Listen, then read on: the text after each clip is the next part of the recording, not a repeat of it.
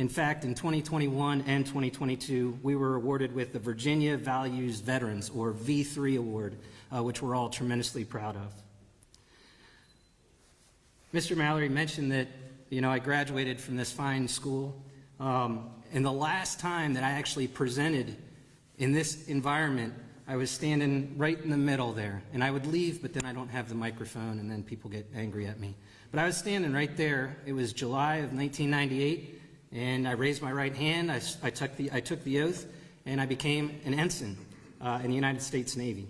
And so now, today, 26 years later, I would have never thought that I'd be talking to you as a proud military veteran.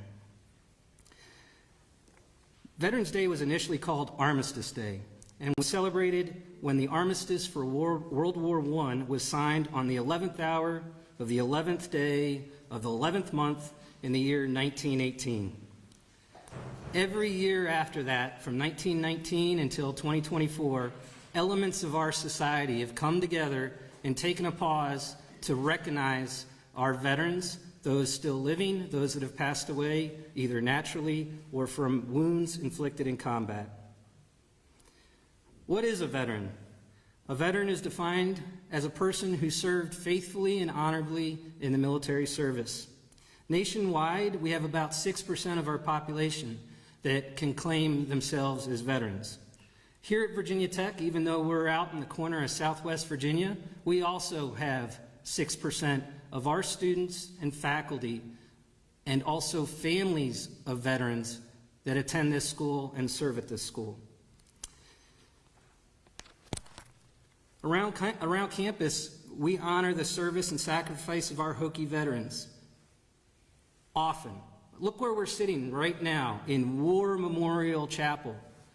Above us, the 8 pylons with the names of our alums that fought and died in our nation's conflicts, etched in the stone on our 8 pylons. Just across the drill field, we just reopened War Memorial Gym. And then if you look towards Upper Quad, you'll see a monument to the World War I alums that passed away right there underneath the flagpole. Since that monument was erected, every single day when cadets pass that rock, which we know as the rock, they pay a salute to that rock. That rock is not only symbolizing our World War I dead, but all alums and graduates of Virginia Tech that have gone on to fight, serve, and unfortunately pass away in the service to their country.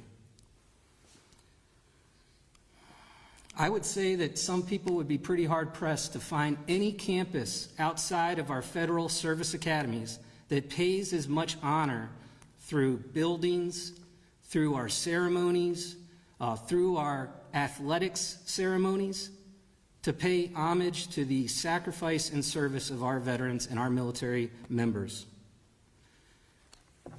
In my mind, Veterans Day really comes down to 2 of our pylons: the service pylon and the sacrifice pylon. Service, honoring those that have served in the direct defense of our country and spreading our values of democracy and ethical treatment throughout the world. Service to others in our communities, providing one's own effort on behalf and for another person. Sacrifice, honoring those that gave of themselves and their personal gains and comfort for the benefit of others, and in some cases, sacrificing their own lives for a greater cause. Additionally, with sacrifice, the families that have had to either temporarily or permanently be without their sons, daughters, brothers, sisters, husbands, wives, moms, and dads. I'm reminded of an old photo, and when I think old, I don't think it's that old, but it wasn't shot using a cell phone, but it's a photo that I have in my house, and it's of my wife, my infant daughter, and my toddler son standing on the beach in Virginia Beach at a beach called Chicks Beach, if anybody's familiar. And on the horizon, going down Thimble Shoals Channel, is my ship with me on it, as it passed by Cape Henry Lighthouse, went out to sea in the Atlantic to go on a scheduled deployment. What were the thoughts going through their minds? What were the thoughts going through my mind? This is something us veterans know, whether it be a ship at sea, whether it be a scheduled deployment, whether it's about what the cadets sing about when they're, rolling down the strip on a C-130 or however that running jody goes. Veterans, we know that experience. How do we feel leaving our families? How do our families feel knowing that we're going to serve and potentially sacrifice for others?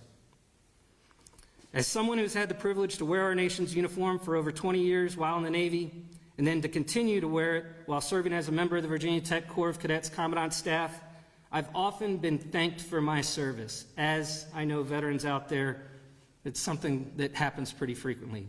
Someone comes up to you, they see you in uniform, and they say, "Thank you for your service." I remember the first time as a newly graduated Hokie and freshly minted ensign. I remember that time when I was first thanked for my service.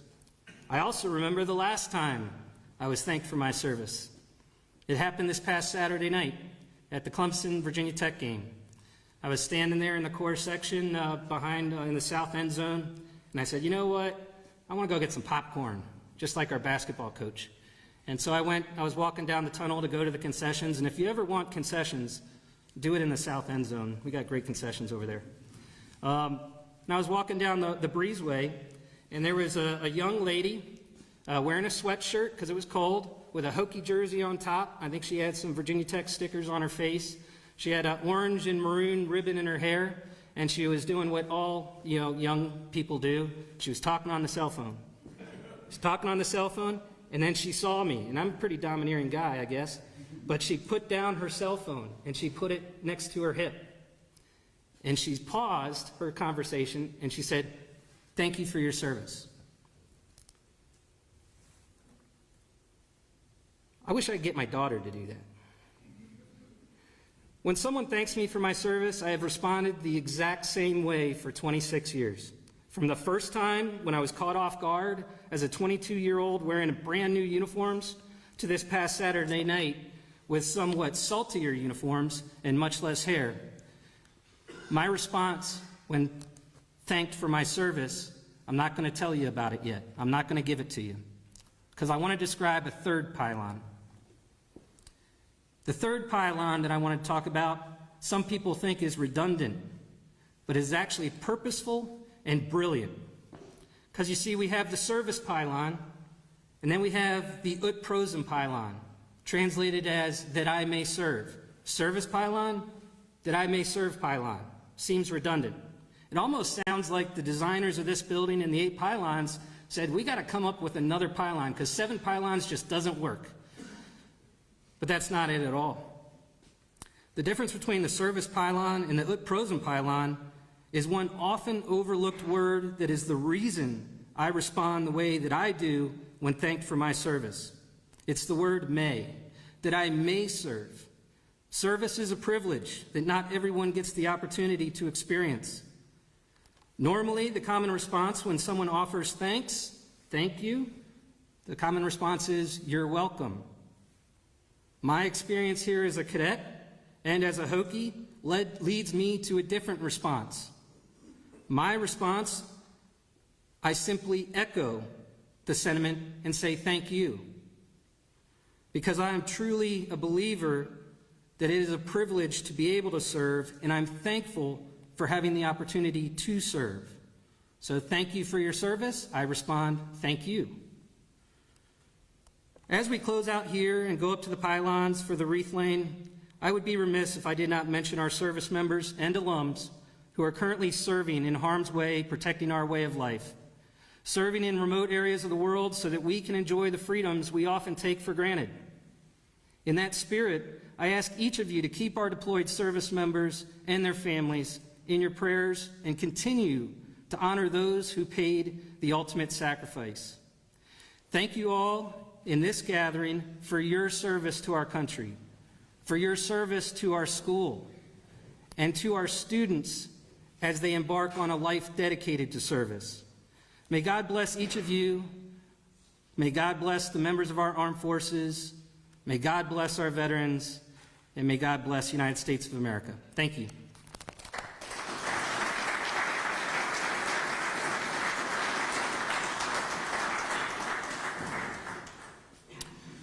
Ladies and gentlemen, at this time, please stand for the playing of our individual service songs. You are welcome and encouraged to sing along with your service's song.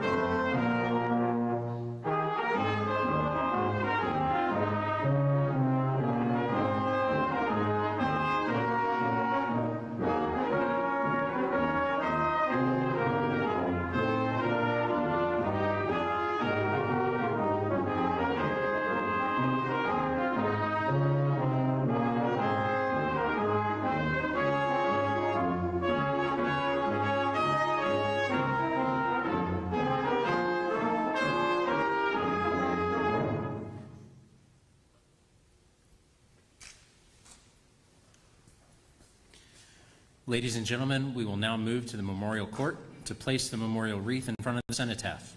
Brigadier General Edwards and President Sands will place the wreath this morning. Please remain standing for the retirement of the colors and the wreath. As the colors and wreath move up the aisle towards the exit, we invite you to follow them, beginning with the front rows. After the placing of the wreath, honors to our veterans will be rendered in the form of a rifle salute and the playing of taps. Those in uniform should salute during these honors, and those in civilian clothes should remove any head covering and place their right hand over their heart. Ladies and gentlemen, please remain standing as the colors are retired. Color Guard Commander, retire the colors.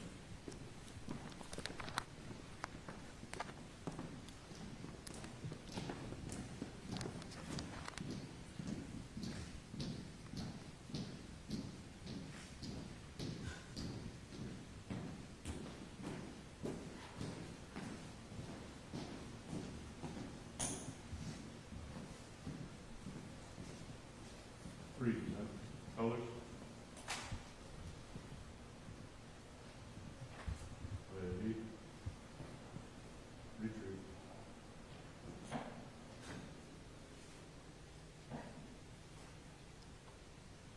Order. Colors.